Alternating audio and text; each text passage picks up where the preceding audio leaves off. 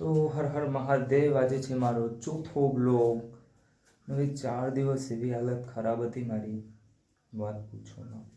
કેમ કે સોમવારે બસ કામેથી આવ્યો અને રાતે જમીને કમ્પ્લીટ સૂતો, એટલે પછી મારી હાલત થઈ ગઈ ખરાબ. રાતે 12-1 વાગ્યાની અંદર ઉડી ગઈ અને સવારે 6 વાગ્યા સુધી જાગતો હતો. અને રાતે ભાઈ એટલો તાવ હતો, વાત પૂછવામાં, એટલો બધો તાવ હતો. પછી બીજા દિવસે મેં કીધું કે ચાલો કાલે સારું થઈ જશે. તો મેં કીધું કે દવા નથી લેવી, કેમ કે જાજી દવા નથી પીવાય, એટલે નહોતો પીતો હું, જાજી દવા નથી પીતો. એટલે મેં કીધું કે કાલે બધું સારું થઈ જશે, પણ ના થયું. પછી બાજુમાં એક ક્લિનિક છે, ત્યાં પણ એ ડૉક્ટર એ બહુ ગજબનો છે. એટલે પછી ત્યાંથી દવાઓ લીધી ને મને કહે કે સૂઈ જાય અહીંયા. પછી બાટલો ચડાવ્યો હોય એકાદો, પછી 5 ઇન્જેક્શનો દીધા.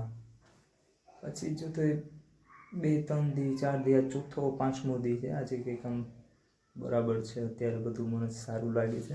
અને 4 દિવસથી તો કામ બામ તો કંઈ કર્યું જ નથી મેં ઘરનું બધું. આ સાવરણી ને સુપડી એ બે હગી બેનું, બે ભેગી જ હોય. મારે એક સિસ્ટમ જ ખોટી છે. ઉપડી પડી અહીંયા ઉથમાં માથે ગેંડીમાં, સાવરણીથી નીચે પડી, આવી સિસ્ટમ છે ભાઈ મારી. અને હું જવાનું છે હમણાં આવતા શનિવારે. અત્યારે નહીં કહું, જવા ટાઈમે કહીશ. કેમ કે ઘરેથી માંડીને આવીશ ત્યાં સુધીનો બ્લોગ, એટલે કે 5-6-7 દી જેટલું હું ત્યાં કરીશ એ બધીનો વ્લોગ બનાવીશ ને પછી અપલોડ કરીશ યુટ્યુબમાં. અને કાલે છે શનિવાર ને રવિવારે મહાશિવરાત્રિ છે. મહાશિવરાત્રિનો પણ બ્લોગ બનાવશું. અને ખાસ કરીને શિવરાત્રિ છે એટલે રહેજો બધા. આખું 24 કલાક ભૂખું રહેવાનું હોય તો બધાને ખબર જ હશે. અને હું પણ એ રહીશ 24 કલાક ભૂખો તો ના કહેવાય, પણ એ એક જાતનું વ્રત કહેવાય શિવનું, મહાદેવનું. બસ બાકી તો કંઈ છે નહીં. તો બસ હવે આવતા શનિવારની વાત જોઉં છું.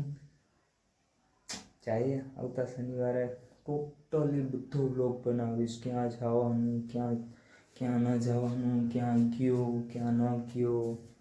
ન ગયો તો નહીં બનાવું, પણ ક્યાં ગયો એ બધાનો વ્લોગ બનાવીશ.